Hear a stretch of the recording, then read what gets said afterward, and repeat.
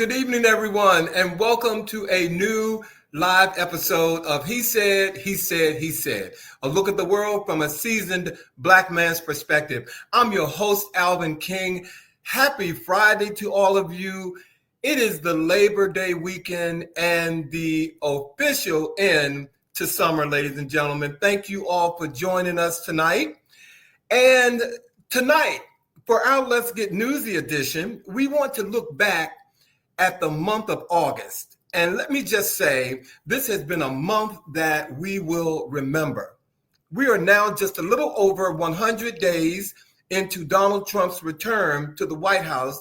And in the short amount of time, the disorder and confusion coming out of this administration have been nothing short of breathtaking. From spreading hate and division to rewriting laws or even attempting to rewrite history, this man has been on the wide-scale mission to reshape America in his own image. And nowhere is this clearer than in how he continues to target African-American history, particularly around slavery, in ways that threaten to erase the truth of who we are and where we come from. But August alone has been a masterclass in how quickly this administration is willing to use power. In just the last 30 days, he deployed the National Guard onto the streets of Washington, D.C., attempting to take control of the nation's capital in ways we have never seen before. He gave the green light to the Texas governor, Greg Abbott, to completely redraw congressional maps that will reshape who has a voice in government for years to come.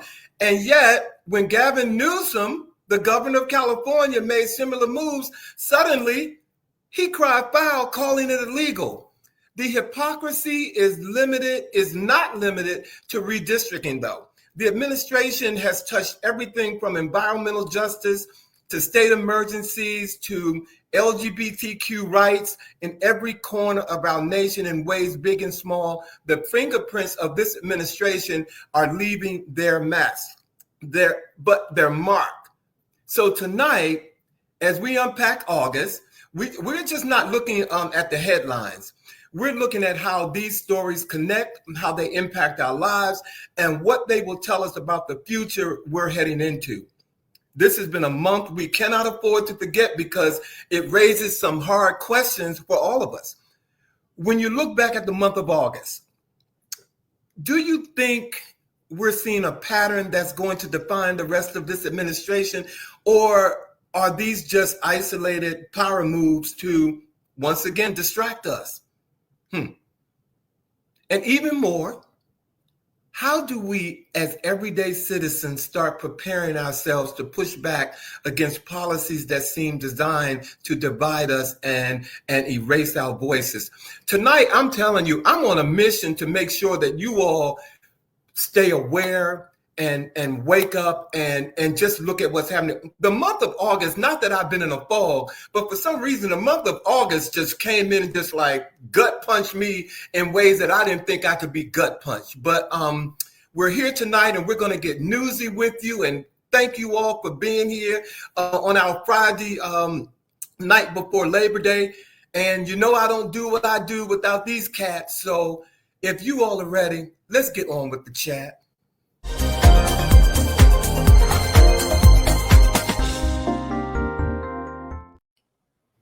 It's Labor Day. It's Labor Day. It's Labor Day in D.C. Where you at? Where you at? Labor Day, but unfortunately, some people will still be working, which is the sin of the holiday. Oh, some people will still be working. Yes. I think somebody must be him because he's. You sound a little bitter. Okay, are you? Is it you? I'm off Labor Day, but I think it's a sin that everyone isn't off on Labor Day. Well, somebody got to do it. Okay, Sean. I got no comment. I'm in education. I'm off, so I'm going to leave it at that. Okay, look, first of all, happy Labor Day to some of our viewers. Monica, Kendall, Michelle, Bowie, Sean, yes. Dr. Cool, Alma is here. Jesus Christ. George is here. Alma's here. Welcome. Hey, Kendall. Hey, everybody. Welcome to the show. happy Labor Day to all of you. Happy Labor Day weekend. Okay. Absolutely. And Dr. Tools, I'm sorry, can we say that she says she's so excited for this episode, glad to be talking truth. Well, we're going to try. We one way or another. But thank you all for being here tonight. Thank you. Thank you. I'm going to get us kicked off this evening with a story that's very personal to me. As you all know, I'm a very, very proud Howard University graduate. Yes, You know, exactly. You know, ain't you know. But there's a little bit of stuff going on down the hill from us right now. Some of you may know, and in the surprising announcement, the Howard University president, Ben Vinson, is stepping down after just 2 years. His departure comes at an extremely unusual time. If you're in education, you certainly know that the start of the school year is not a time when people, just step down. They may announce that they're going to be leaving in a time moving forward, but they don't just immediately step down. Board President Leslie Hale said, "We understand that this news may be surprising to some coming at the start of the year." And President Vinson's statement said, "As we stand on this threshold of this new academic year, I am filled with optimism and hope for what lies ahead. And let us continue to embrace the spirit of Howard University." This was part of his statement in leaving. And as I said, he's only been president for 2 years. Now, his presidency has been marked with some controversy around things like housing and some billing situations and so forth. So knowing some families personally, I should say, who are parents of Howard students right now, I have heard directly from them some of the challenges that they have faced. Now, again, it's been a minute or two since I was at Howard University. Some of those things were certainly, they resonated with me because I remember having difficulties around certain aspects of my experience there. It did not take away from the overall experience, but one would certainly think that these are things that should be addressed certainly at this time.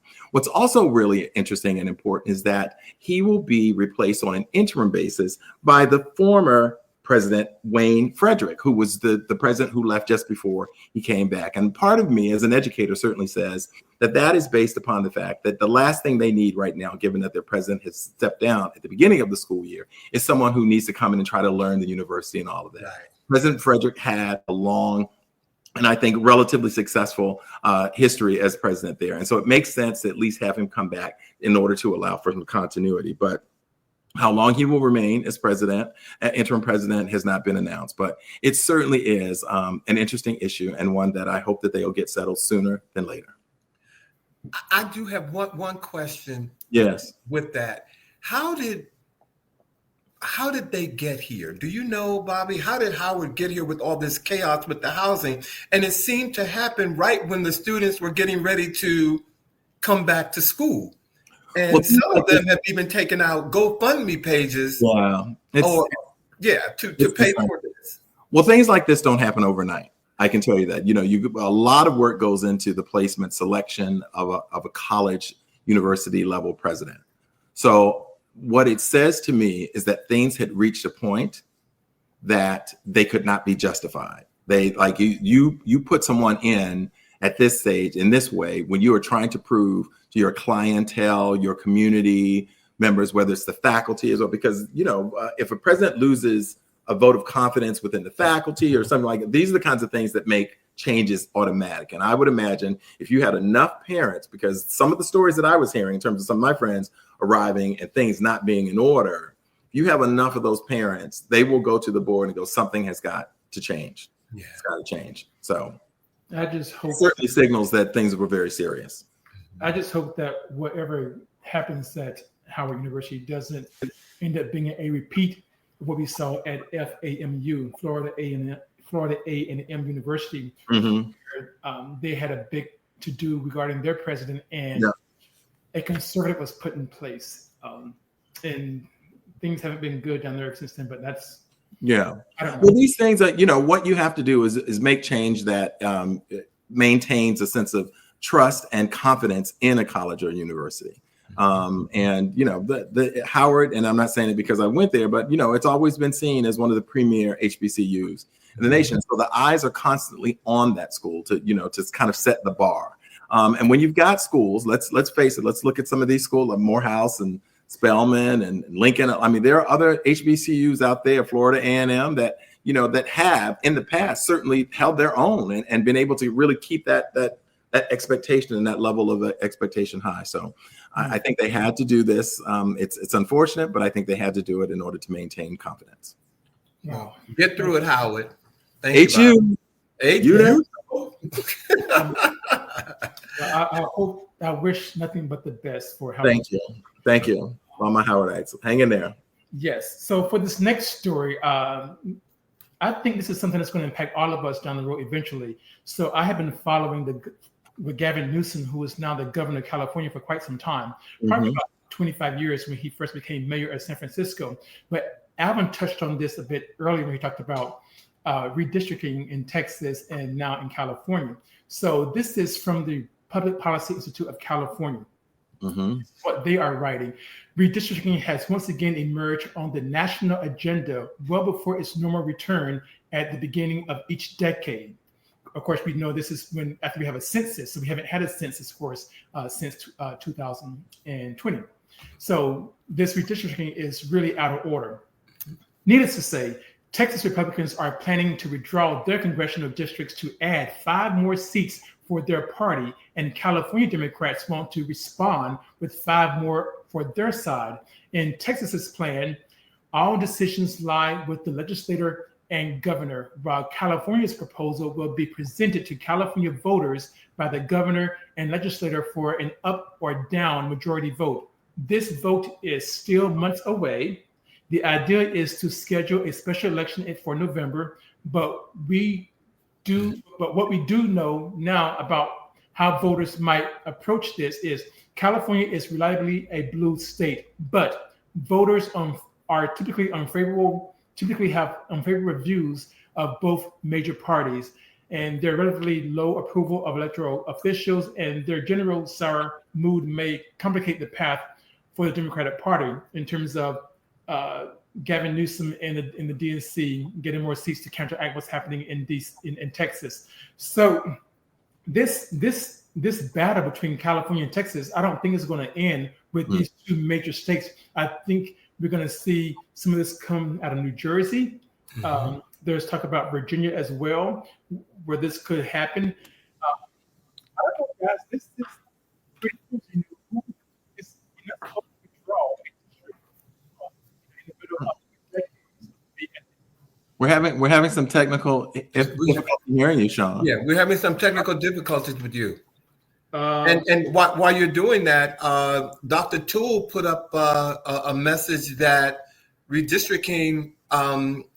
She just read that Missouri's Republican governor has now been told to redistrict to find another illegal Republican seat in Missouri. Wow! So it's happening across the board. For those of you who don't or haven't been following this whole redistricting issue that has happened in Texas, you need to follow that because that's really, really important. So you need to. So thank you for that, Sean. Thank you. I'm sorry, was there anything else that you wanted to say? Well, I'm sorry that you're not able to hear me. I'm going to try something different with the sound. But no, you said it all. Just keep watching this because it's going to end up impacting all of us at some point. Well, thank you. Well, and let me see, Dr. Toole said, because Dr. Toole has been reading. I love you. She said Trump just ordered Missouri, and there's talk of Indiana doing the same. This will spread across the country. It's like a fungus, and it's happening. So again, for those of you who don't know about it, please get into it. Tonight, our show is about sending you a message. Al McGill, you did say something also. Let me read what Al and I have to tell you, it was funny what she said. She talked about hanging out on Howard's campus so much that they thought she went to school there. You know what? You're going to make me pull out my Donna Summer bag, girl. Okay, but you're going to make me do it. How you doing, Marco Mays? Thank you for being here tonight. Well, guys, I have to say this. I don't say this often, but I want more. I want more. I want more. More. I'm talking about Wes Moore, ladies and gentlemen. Okay. I'm talking about Wes Moore. Okay, Governor of Baltimore. Okay. In this moment, when Donald Trump is trying to bully his way back into the national stage, sending, like I said, guard troops into states and labeling cities as crime-ridden or trouble, it is refreshing. No, it is inspiring to see a leader like Governor Wes Moore, step up while Trump is trying to tear down Baltimore with his words. Governor Moore reminds us of our resilience. He shows the nation that Baltimore is not broken. Baltimore is strong, and it is hopeful, and it is proud. And let me be clear. The Orange Man has even tried to spread lies saying that Governor Wes Moore, put that face up, Governor Moore, Governor Wes Moore once called him a great guy. That somehow Wes Moore is in his corner, but that is absolutely not true, ladies and gentlemen. Okay, Governor Moore has shown with dignity and strength that he will never bend to Trump's bullying. He stands firm, not with anger, but with truth. And when the Key Bridge was destroyed over a year ago and Trump tried to play politics with the rebuilding effort, Governor Wes Moore fought back. He made it clear Baltimore will not rebuild, not halfway, not delayed, but fully and with urgency. He is fighting for them, for the families, for the workers, the entire Maryland community that depends on this bridge.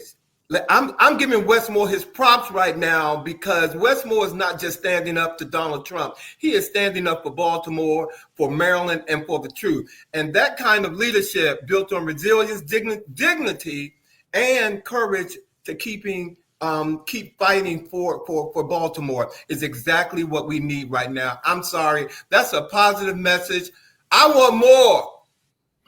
Well, you're going to get more, Mr. Wes Moore, and he's taking note from Gavin Newsom, and we just need more Democrats to do the same thing. We need more Democrats to follow Wes Moore. We need more Democrats to follow Gavin Newsom, and we need these people to actually not be afraid of what this man's going to threaten. And I'm going to get into later on some things regarding Justice 40 and FEMA in terms of Wes Moore, but I'm going to say that for later. But we need to start fighting fire with fire. And right now, only two men are doing that, Governor Wes Moore and Governor Gavin Newsom. Well, you're up. You might as well get into the boys. We got you here now. You didn't brought it up, Sean, so you might as well go ahead and get into it. Okay. Well, you might as well. Okay. Well, this story, of course, is about FEMA. I'm sorry, about the federal government, Trump, that is. He's cutting federal support for environmental justice. So let me read you something here that I thought was very, very interesting regarding what he's doing. So he's cutting an initiative that was signed by Joe Biden, an executive order called 14008. And this initiative basically was to give money to help mitigate environmental injustices in communities across the country, including communities of color. Okay, and let me first say this. Okay, so for the first time in our nation's history, the federal government has made it a goal that 40% of the overall benefits of certain federal climate, clean energy, affordable and sustainable housing, and other investments flow to disadvantaged communities that are marginalized by underinvestment and overburdened by pollution. President Biden made this historic commitment when he signed Executive Order 14008 on tracking the climate crisis at home and abroad within days of taking office. To continue delivering on his environmental justice vision, President Biden signed Executive Order 14096 on revising our nation's commitment to environmental justice for all in April 2023. Now we have this initiative being overturned by Donald Trump. What I want to mention earlier regarding Wes Moore is that we all remember that in Western Maryland, where you have a lot of Donald Trump supporters, there was a flood, and people are still wondering about getting help from the federal government, and it's not happening. But closer to home, a lot of people were looking at putting solar panels on their homes. DC has a program that will allow you to get solar panels for free.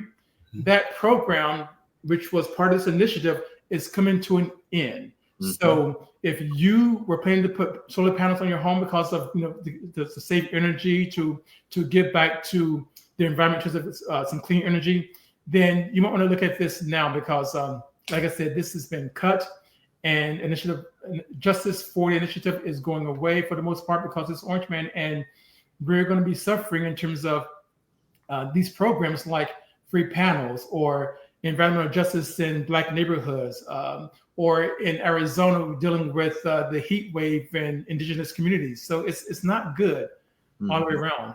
Mm-hmm. Well, and our environment, I mean, there was a time in my life, I'm going to be honest with you, where I'm going to honestly say, I'm sorry, I could care less about having a discussion about the environment. You know what I'm saying? There was a moment in my life that it just wasn't important. But over these last 20 years, we have seen the importance of having funding for our environment to protect it. And that's something that's impacting all of us. So it's really kind of hard for me, again, another gut punch, that they think that when we have these issues or there's no funding to protect us from certain environmental issues, that it doesn't affect them. Let me bring this closer to home for you all. We all live in Washington, D.C., and there have been many studies now to show that those folks who live in Ward 7 and 8 in Washington, D.C., which is across the river, when it comes to the temperature, the weather in that part of the city compared to Northwest DC, it's hotter across the river. Okay, and why is that? Because they don't have the environmental financial support they needed to do things like keeping neighborhoods cooler with trees or better sidewalks or water runoff. So this stuff is real. It is very real. There was a reason that the Environmental Protection Agency was developed, and it was certainly one of the first agencies that saw some really swift budget cuts with this current administration that seems to have very little belief in issues of climate change at all. Protecting water and air and all those things has never been more important. And when we see the types of weather catastrophes that we've been facing, whether it be the wildfires, the torrential downpours and floods and so forth, the melting of ice glaciers in places where ice has been solid for hundreds and hundreds and hundreds of years, it's very serious and it's very real and it's very scary, as you both have pointed out, because we have leadership right now, including when it comes to our own personal health, not just the health of the environment, but our own health, that really just does not seem to believe and trust in science. Yeah. Well, I see that we have, first of all, I've never seen this person. And first of all, I love the name, the Big Cheese. I don't know who you are, but welcome, the Big Cheese. I've never seen you, but the Big Cheese made a comment about Governor Wes Moore, that he said, Big Cheese said, Big Cheese, I want to make sure I get it right because I don't know you. She. Big Cheese. Big Cheese, but we love Big Cheese. Governor Moore is going to lose a critical mass of Black voters because he is against reparations, tangibles, and Black anti-hate crime bills, specifically for FBA only, no reparations, no vote. Okay. Thank you. But he's not. But I mean, again, I don't know the full story, but I don't think he's against reparations. He was against another study on reparations. That's what he actually vetoed. Okay, thank you. We'll clarify in the future. All right, thank you. He said, Big Cheese. I just want you to know that. And Dr. Toole said they are anti-science in every way, be it warming of our oceans or huge deadly storms, vaccines, medicines, and research funding. Watch out for the Big Cheese. Trust. Dr. Toole must know something we don't know about the Big Cheese. And Raw Health, step back into the panel, ladies and gentlemen. Welcome back, my brother.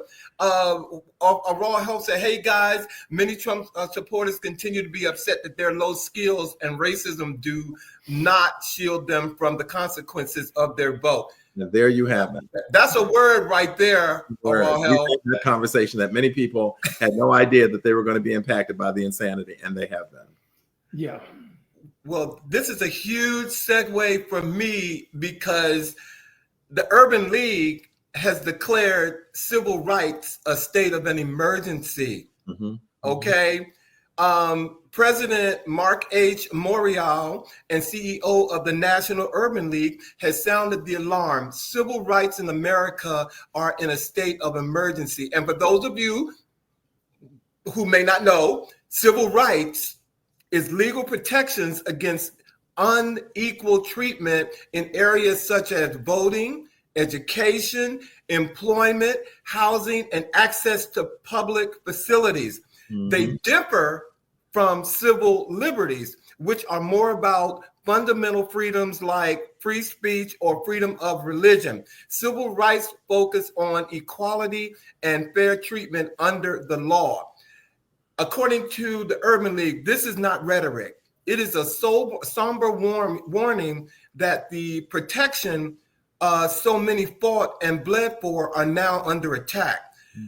Urban League has documented how key federal agencies, education, housing and development, health and human services, Department of Justice, even the Commerce Department are being reshaped to roll back equity. Programs designed to open doors to protect opportunity to ensure fairness are now being dismantled piece by piece.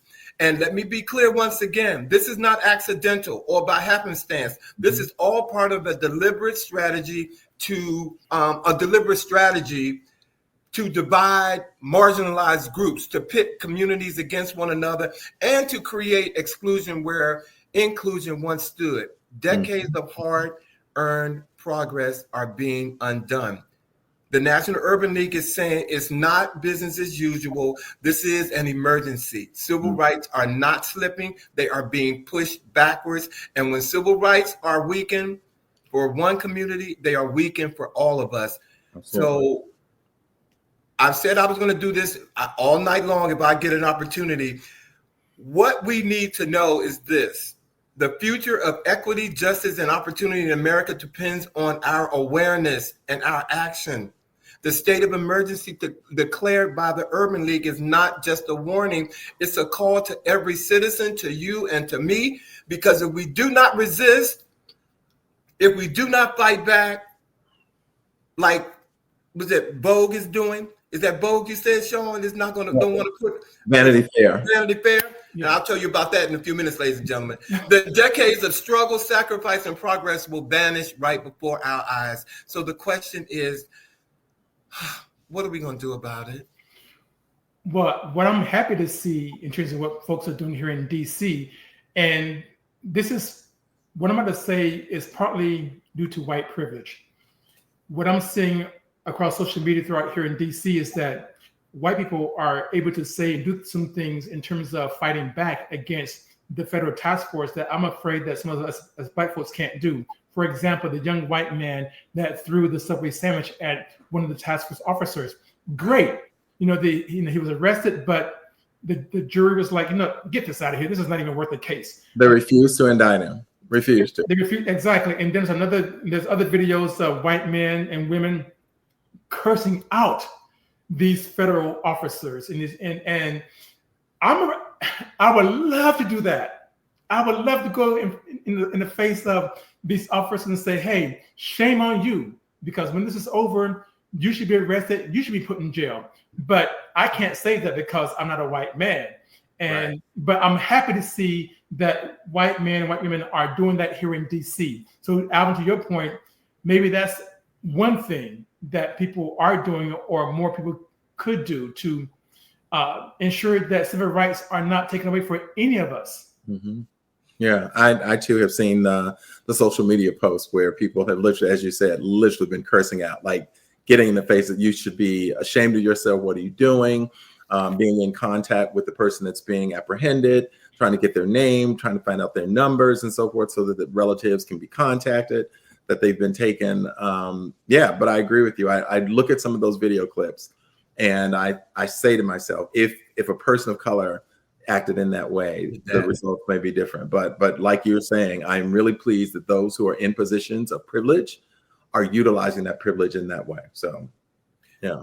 And I want to the Big Cheese has said something about the Urban League and said that the Urban League NAACP, was that Boulay? Boulay, Boulay, including the civil rights dinosaurs, are professional talkers and corporate beggars that are out of touch with the Black grassroots community. The Big Cheese, I'm gonna send you a guest portal link because I don't know who you are, but I need to know who you are because you have triggered some emotions up in here. He definitely has some opinions about something. Some opinions. And Dr. Toole says so true. There are no equality with who is allowed to do what. People who need to put themselves in harm's way on behalf of everyone. And I thank you all because I'm looking for answers. I am definitely looking for answers. Okay. Well, stories continue with some of the challenges that we face in the political scene. And I've often said to people, that one of the things, and I know, fellas, you guys know this well, we are all, as Sean said, Washingtonians. We're here in the district, and our local news is national news. And so we get to see, things that other cities wouldn't necessarily see up close and personal. And this next story talks about a recent judgment by the Supreme Court. It was a narrow 5-4 ruling, which means that $783 million in NIH programs, many of them targeting breast cancer, Alzheimer's, HIV prevention, and mental health research, disproportionately, of course, affecting marginalized communities, is likely to be cut. Now, let me go over some information very quickly for you. The administration is implementing substantial cuts to NIH grants, with thousands of research grants, particularly those related to DEI and inclusion. So diversity, equity, and inclusion being terminated, and overall funding reduced by billions of dollars. Now, this action has been challenged in court by several research institutions and states who argue that the cuts violate federal law and will have severe consequences for public health and the biomedical research enterprise. So what do some of the cuts entail very quickly? First and foremost, grant terminations. The NIH has terminated over 1,800 research grants, and the number of new awards is significantly lower compared to previous years. DEI-related cuts. A significant portion of cuts target research related to DEI initiatives, aligning with the administration's priorities of eliminating this. Impact on research fields, which is critically important. Some fields of study, such as research into the health of transgender people, have lost funding altogether. Quickly, the big issue for many people is they feel that these cuts are a violation of federal law.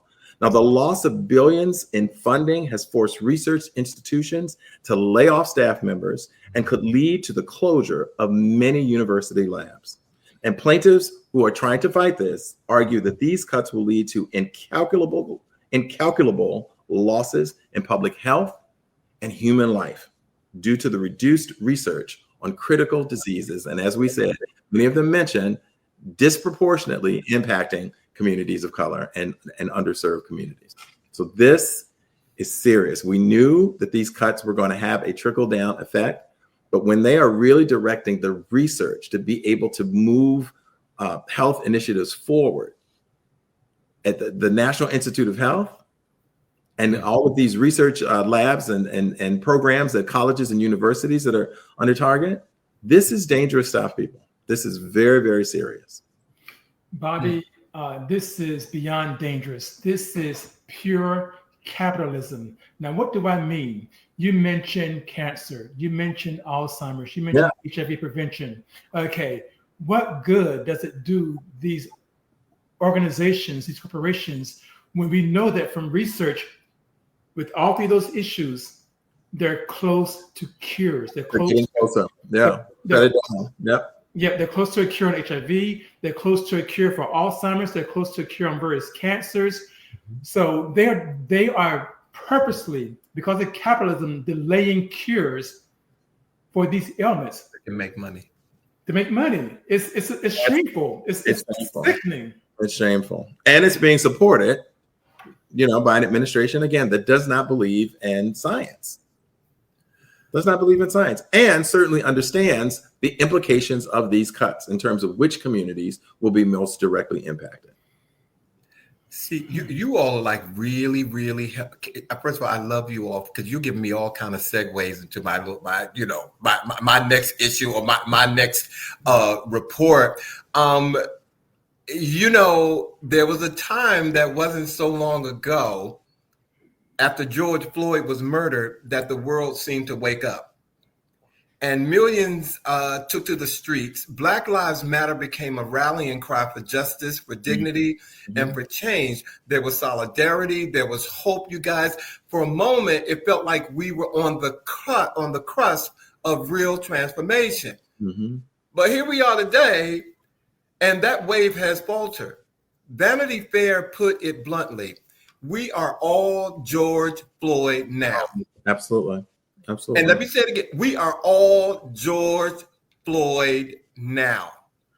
Because what we're seeing today is not progress. It's backlash. This administration and his allies and their allies are pushing Project 25, and we all know what that is. They want to turn back the clock on diversity, on opportunity, as we've been saying all night, or justice itself. We see DEI programs that are under attack, voting rights are rolled back, and grassroots resistance is still fighting hard. Yes, but let's be honest, they're not winning the way they should be. The ground that was gained in the wake of George Floyd is being chipped away. So the question is, are we all now George Floyd? We feel like it. And with the system, with a system and with a movement, with leaders willing to put their foot, on our, collective neck, denying us air, denying us equity, denying us justice. Because if the answer is yes, that we are feeling like George Floyd, then the next generation is even more urgent. The next question is even more urgent. I'm sorry. What are we going to do about it? That's my message tonight. Yeah, because it's a constant and consistent question almost about every story that we've heard. I want answers, you all, please. And I do. I'm looking for answers. I'm ready to fight. I just don't even. I do things, but I just don't feel like. I feel like that something's on my neck. Yeah. Yeah. Did you see Alma's answer? She echoed the 92%. I personally am participating in the 92% movement, but I have challenged each and every one of my non-brown friends and family to get up and get out to do something. That is what will make a difference. Brown people cannot do it alone. Amen. We're not the only ones affected. And Marco Mays, my beautiful brother here, he said, this is extremely scary. This has the potential to take every biomedical research back to zero, right? And can I interject also? Didn't I hear something that Sean, I think I said something the other night in the meeting, Africa, where they have found was it Africa? Yeah, it was South Africa. Actually, South Africa is taunting that they may have a cure for HIV. Now, right now, it's only at a 20% rate. So meaning that when they give people this treatment, 20% so far are being cured from HIV. And that's in South Africa. That's in South Africa, correct? Yeah. And the big cheese. Well, first of all, Rodney Brooks. Rodney said something earlier. He said to make sure that the big cheese. He said, good evening. Let's make sure the big cheese isn't a bot. Bot. What? I don't know what an AI generated kind of like. Oh no! The big cheese came highly referred by Dr. Toole, Rodney. I think Dr. Toole knows big cheese. Big cheese is not a bot. It's not a bot. Okay. The number one solution to 90% of the problems in the Black community is to close the wealth gap between Black and white Americans by paying FBA reparations for 300 years of slavery. I'm sorry, I don't have a microphone that I can. The big cheese is clearly in support of reparations. I don't have. Yeah. There's no question about that. Clearly. Thank you guys. Yes, thank you, everyone. Well, Alvin, you keep asking what can we do, and I think there's a lot we can do. And so I was in a meeting with Councilmember Zachary Parker the other night, and this same question came up. And we can send letters to our congressmen, to our senators, and we can spread the word to our Facebook friends and Instagram friends, et cetera, and so forth. But over at FEMA, the employees there have done something a bit different. They actually are taking a big risk. So let me tell you what happened here. So this is coming from CNN and News Press Now. The Federal Emergency Management Agency on Tuesday placed several employees on administrative leave effective immediately, just one day after they signed an open letter warning Congress that the Trump administration's sweeping overhaul of the agency could lead to catastrophic failures in disaster response. So the letter that they all signed is called Katrina Declaration. Of course, we know where that refers to, where it comes from, although that was during the Bush administration, but it still applies. The letter accuses President Donald Trump and Homeland Security Secretary Kristi Noem, whose department oversees FEMA, of undermining the agency's capabilities, ignoring its congressionally mandated authority, and appointing unqualified leadership. The group calls for FEMA to be shielded from political interference and for its workforce to be protected from politically motivated firings. There you go. So an open letter, I think that's a good first step. Okay. See, when you fool around and find out with FEMA, that ain't a good thing. Okay. Yeah. You don't fool around and find out with FEMA. When you start, again, we're talking disasters that some people are still reeling from before this person took office. Western Maryland, I said it earlier, Western Maryland, those folks who overwhelmingly voted for the Orange Man still have not received any kind of federal aid. Okay. And so finally, as we talk about the folks, for instance, in Maryland who've not received federal aid, we want to close this segment of our evening around the ongoing retreat on the part of the administration around diversity, equity, and inclusion in terms of environmental injustice. Now, it's important to know that across the board, this administration's elimination of DEI initiatives and environmental justice efforts, from federal DEI offices to climate resilience planning, has shrunk support structures for underserved communities.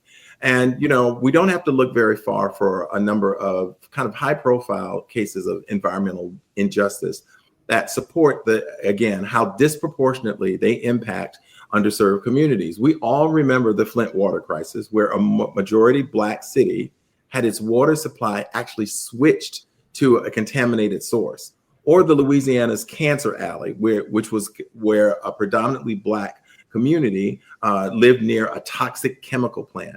And the number of cancer cases in this community just skyrocketed. And it was clear that the impact of those toxic chemicals were impacting these people. There's no serendipitous decision as to where chemical plants are placed or where they are not placed. There was a conscious decision made in Flint to literally allow people to drink lead-contaminated water. I remember that. That was not coincidental. Yeah. It's not coincidental. And it just adds to the ongoing and long-term history of distrust between communities of color and the medical profession, as well as the government. Again, we've talked about, that famous Tuskegee experiment where people the government was studying how a disease would play out in people of color, actually injecting some of them with the disease to see how it would manifest in the human body. Awful. So there is a long history of distrust and this whole notion of environmental injustice. Again, when America catches a cold, Black and brown communities catch the flu. It hits us harder each and every time. But we know how to survive. Well, ladies and gentlemen, those were, again, we're just giving you some of the gut punching stories that we wanted to talk about that happened in August. Okay. So thank you all. This has just been August, okay?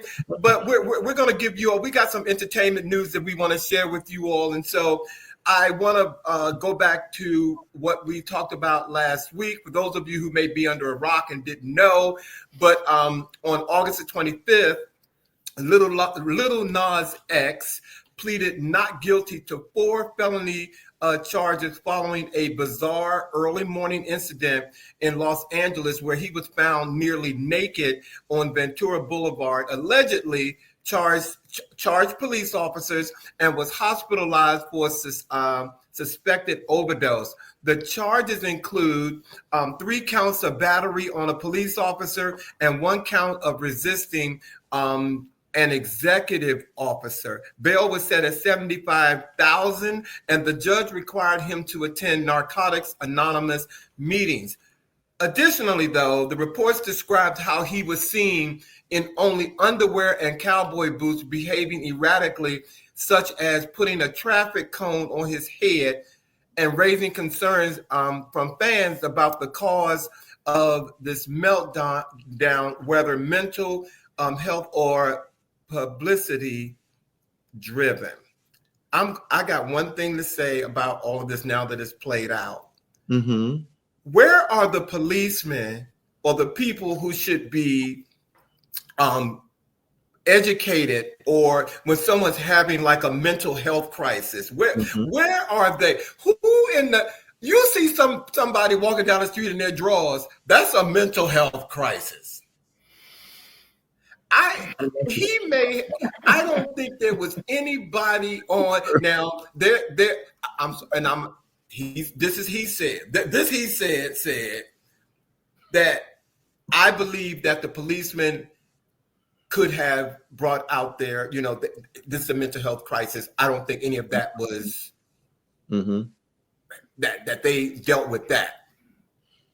That's one of the big complaints of many citizens throughout the country, that many police departments have not committed funding to support of mental health breakdowns. Like, you send someone out there who's ready to come and just end the situation, handcuff the person. We think of that young man who had he was on the spectrum, and trying to explain that touching him had a different impact than just touching someone without this issue. We don't fund mental health support through policing. It's all about come in, squelch the situation, handcuff them, and in some cases just shoot them. Right. Just neutralize the situation as best possible. We should have more funding for mental health. And I agree. But I don't think this was a mental health case. I'll leave it at that. We knew this was coming. This is why we knew. Sean doesn't think he thinks it was a publicity stunt. And so he said. So I get it. But at the end of the day, that's a very you know what? I'm gonna leave it there. I'm gonna say what I've been saying. Little Nas, get some help. And the Big Cheese said something else. I hope that he's investing his money the way he's supposed to. And the Big Cheese said, "I'm not a bot." He said, "A bot." Okay. Thank you, guys. She said, "Don't you bot me?" Okay, we're gonna move on for that, because we can be talking about this. We're gonna move on. We're gonna move on for that. I want us to talk about something that I discovered and share with the fellas, and it is really, really something that I encourage you to see. It's a new documentary on Netflix, and it's called Sunday Best. Now, if you're like me, when I first heard Sunday Best, I thought about the gospel show, the singing competition, but it's not that. This is as I said, a documentary that premiered on Netflix on the 21st of July and delves into the legacy of all people, Ed Sullivan and the Ed Sullivan Show, and particularly his role in elevating Black artists at a time of segregation in the United States. The documentary explores Sullivan's commitment to racial inclusion, spotlighting his decisive actions, and insisting on booking Black performers despite pressure from CBS censors, segregationists, and even the Ku Klux Klan. They were all trying to tell him, you better not have Black artists on your show. Right. The film is rich with archival footage of legendary performers like Harry Belafonte, James Brown, Nina Simone, and interviews with folks such as Oprah Winfrey, Smokey Robinson, Dionne Warwick, Berry Gordy, and others. Now, beyond its musical significance, Sunday Best positions Ed Sullivan as a civil rights, not just an ally, but an accomplice. He was working for the cause, not just supporting it in theory, but actually working for the cause. His insistence on inclusivity made mainstream representation at that time possible. Who knew? All those years, I certainly know as a child, I was watching Ed Sullivan Show and seeing some of these very people performing without the knowledge at that time as a young boy of all that he went through personally to ensure that these Black artists would get that type of exposure. So I want to tip my hat to Brother Ed Sullivan. And I encourage you all, if you have Netflix, check out Sunday Best. You know what? And they need to call you because you sold that, Bobby. You're going to make me go back and look at it twice. Okay? Because I really loved it. It really was good. It was good. But, you know, if any of you are seasoned enough to have seen Ed Sullivan, the Ed Sullivan Show, you saw the number of Black entertainers that would come on that show. You you left feeling better than you did when you arrived after you saw Ed Sullivan. So I actually think that the Ed Sullivan Show was the first time I'd seen the Jackson 5, I believe. Mm-hmm. Mm-hmm. Well, I think I saw them after they grew up a bit, but if you saw when they were little boys, okay, I'll give it to you, Bobby. Please Sunday Best. That's what you need to take away from my story. See, okay, entertainment news. Okay. Well, look, I just want you all to know, I said it, and who's seen it? Have you seen it, Alvin? Once. I'm gonna see it again because your PR stunt worked. Okay, it worked. Well, I have not seen it. You know, I don't know if I'll see it or not. You know, that was before my time, so I never saw an episode of Ed Sullivan. Are you really trying to get your feelings hurt on air? No, I'm telling the truth. I've never seen an episode of Ed Sullivan. I'm not saying that you're not telling the truth. It's just the way that you're saying, well, that was before my time. I've never. Correct. Him and Marco Mays both. Go sit down. Okay, right.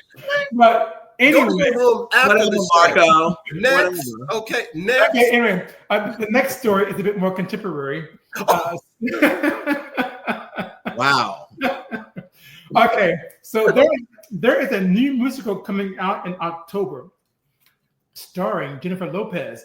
I'm not very thrilled about it because the movie is a remake of the 1985 musical Kiss of the Spider-Woman, which is based off the 1976 book by the same name.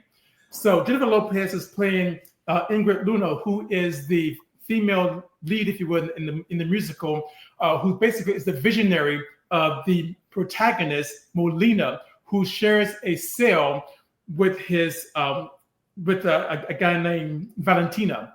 So Molina is the gay guy who is telling all these stories about Balenciaga and his love of the theater and the screen and his fascination with the female lead played by Jennifer Lopez. Now, I never saw the musical on Broadway. But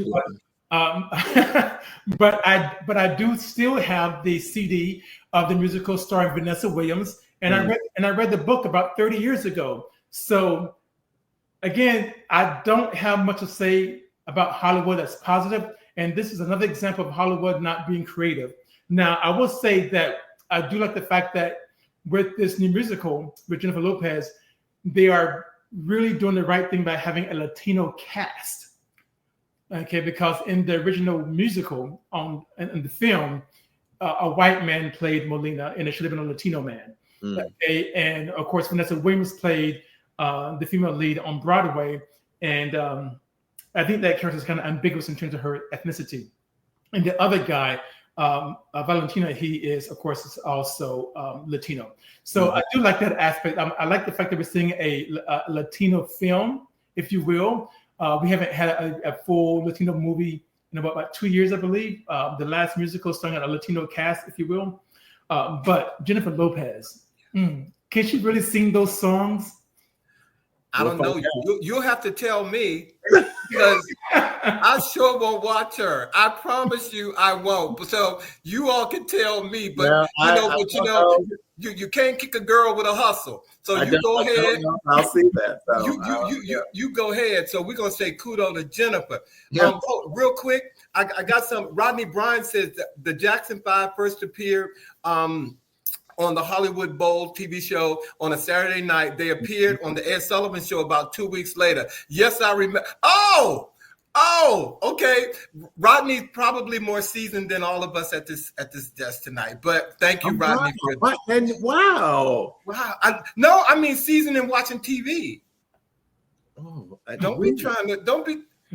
And the Rodney, I love you, Rodney. I want to. The Big Cheese said something. I just want to capture that because he said what I love about Trump. Ooh, hold on. Is honest about his what? His WS. What is that? His word.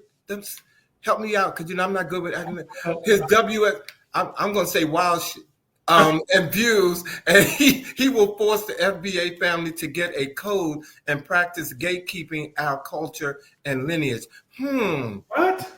Okay, okay. Y'all heard that, viewers. Y'all just read the Big Cheese comment, so you all could go in there. I got one more piece of entertainment news. If you all need something else to look at, if you haven't seen it already, then. The Truth About Jussie Smollett, ladies and gentlemen, on Netflix. Okay, it is also very good. It is very good. It first aired on August the 22nd. It's a 90-minute documentary that revisits the infamous 2019 incident Smollett's reported attacked, the ensuing legal saga, and the media fallout. The highlights from this documentary is that it features interviews with Smollett, the Osundario brothers, if you all know who they are, the police officials, attorneys, and journalists. The film probes inconsistencies in the public narrative and suggests potential law enforcement biases or mistakes. Some of the critics have mixed reactions about it. Myself, I saw it and I walked away feeling like Jussie Smollett wasn't a total liar. That's what I can say. Now, I don't know why anybody would get beat down and grab your sandwich and get it, bring it in the house. I don't know why that sandwich was more important than you getting kicked in your stomach. I want you all to see the documentary because there are some points in there that will make you go, Can I say this? You can say whatever you want, Sean. Well, not whatever you want, but go ahead. Yes. Any omission of the truth or facts is still a lie. Okay, all right. And with that, we're going to move to sports, ladies and gentlemen. Jussie Smollett is what Marco Mays is calling him, and I want you to know that the Big Cheese did clarify. WS stands for white supremacy. Thank you. Okay. Thank you. See, Big Cheese, I love you for being on this show tonight, but I tell you better spell it out, baby. You got to spell it out. Thank you so much. Thank you. Al McGill, what are you saying? You're not going to watch it? She's not watching him either. I do. But she will support and watch his siblings decorating shows. Thank you. Ladies and gentlemen, let me remind you all, we are close to the end of the show and we're going to go over. So we love that you all are here. And my producer just put in here the W/S means white supremacy, but I saw it later, but I got it now. But here we go. Okay. But we are going to go, I'm so time conscious. But we're going to move on to some sports right now. And as you all know, the U.S. Open began this week, on August 24th, under a 15-day schedule and included a record $90 million prize pool with $5 million awarded to each singles champion every time they win. And that beautiful Althea Gibson poster too. But I've been watching the match, but this week it got so spicy, ladies and gentlemen. American Taylor Townsend defeated, Lavitia Jelena Ostapenko in straight sets 7-5, 6-1, advancing to the third round. But what happened after the match captured all of the headlines. In the post-match handshake, Ostapenko confronted Townsend over a net cord shot that remained in play. She demanded an apology, accusing Townsend of being disrespectful and uneducated and without class. Townsend declined to apologize, defended her conduct, and dismissed suggestions of racial intent, emphasizing she was proud to let her performance speak for itself. The confrontation sparked a heated exchange that went throughout the tennis world, ladies and gentlemen. Question: was Jelena Ostapenko in the right for voicing her anger after the match, or did she cross the line into being a sore loser when Taylor won fair and square? Bobby? I think she demonstrated a level of grace and eloquence that was beyond what her competitor deserved. I appreciate it. I think her outfit said everything that needed to be said. She came on fire, ready to play. She came on fire. Flames were literally in her skirt. Yeah. And as she said, in the end, she let her racket speak for her. If she does not have a class or education, both of which she is educated, and two, she has demonstrated that she does have class. She certainly also has a win. And I want you all to read up on her, please, if you can, if you got some time to read up on her, because the tennis world hasn't really made her feel appreciated because she's shapely, more so than the other tennis players. And her walk to success in playing tennis has been a struggle for her because she hasn't been able to do it because they're looking at her size. Mm-hmm. So, and I think that there's a story in there, but I just wanted to make sure that you know that. I'm looking at her win. But this is not new. We have heard these stories from Venus and Serena Williams. Look at Althea Gibson, who faced all kinds of accusations and name calling as well. One should not be surprised at what some Eastern Europeans say about Black Americans. Mm-hmm. There's a history there. That's all I'm saying. Do your research and you understand what I'm talking about. Mm-hmm. But can we say something positive about the U.S. Open? Yes. Yeah. Well, first of all, that Althea Gibson poster is fabulous. I want to say that. So. Yes. Go ahead. The oldest player at this year's U.S. Open is none other than my favorite tennis player, Venus Williams. Now, Venus Williams received a wild card to play in the singles, but she lost in the first round to Karolina Muchova in a match that was 6-3, 2-6, 6-1. I think that says a whole lot about Venus Williams going to 3 sets in this wild card because she was dismissed from the very beginning. So she lost that first set. She lost that first match in the singles, but after losing, she did receive another wild card to play in doubles. And so she partnered with Leylah Fernandez, who is age 22, and the two of them won their first match at the U.S. Open, and now tomorrow they are playing again. So let's get out there and watch Venus Williams, along with her partner Leylah Fernandez, kick some tennis butt tomorrow. I can't wait. I'm team Venus. I knew he was excited about that story. I know he was. Yes, I was. I've always Serena is great, but I always preferred Venus over Serena. Yeah. Okay. I ain't gonna say that. Well, we are kind of big time conscious, and I want to wrap up this evening with our story about one of the stars of the WNBA, and she is uplifted. She's a lightning rod for criticism, but there's no denying she's had an impact on the WNBA, and that's Caitlin Clark.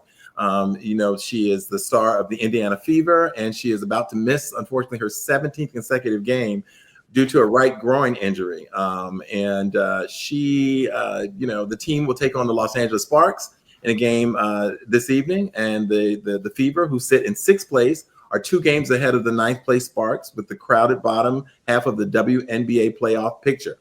Now, Clark, who was injured late in the Fever's win over the Kentucky Sun on July 15th, does not have an official return timeline. She also suffered a bone bruise on her left ankle, which was the image that we saw a little earlier, due to a workout on August 7th. So they are working very hard to get Caitlin Clark back on the court. But there's no question that she is an impact player, and she has had a direct impact on the meteoric rise of the WNBA. And so we hope that she gets better soon and that she continues to bring good numbers and fans and all of that to the WNBA. So we shout out Caitlin Clark.